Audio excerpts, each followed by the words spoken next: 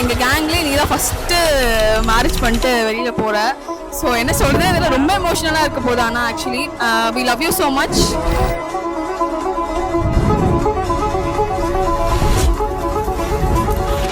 Congratulations. So happy for you so. So இனிமேல் ஜாலியாக இருக்கணும், ஹாப்பியாக இருக்கணும், அது மட்டும் தான் எங்களுக்கு தேவை. ఏమవుతున్నదో నా గుండెలో ఉండుండి రోజీలా ఏం దాచుంచావో ఆ కళ్ళలో నిలువెల్లా మునిగానిలా ఈ సంగతే నచ్చింది చాలా నీ సందడే నా లోపల ఈ హాయినే మోయాలి అంటే எப்பயுமே கல்யாணம் சொல்லிட்டு இருந்தேன். ஸோ சீக்கிரம் அந்த நாள் வந்துருச்சு.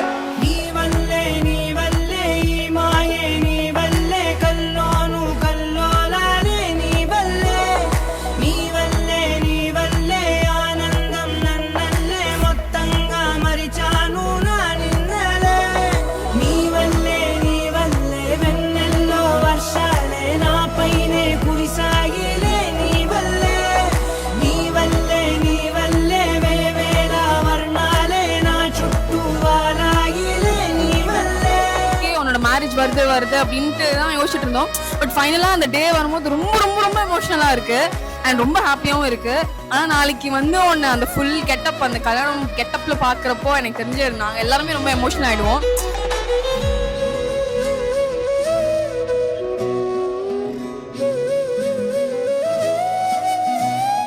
నిన్న మొన్న నా తీరులో లేనే లేదే ఈ ఆరాటం నీతో పాటే అడుగేస్తుంటే మారిందే నా బాలకం.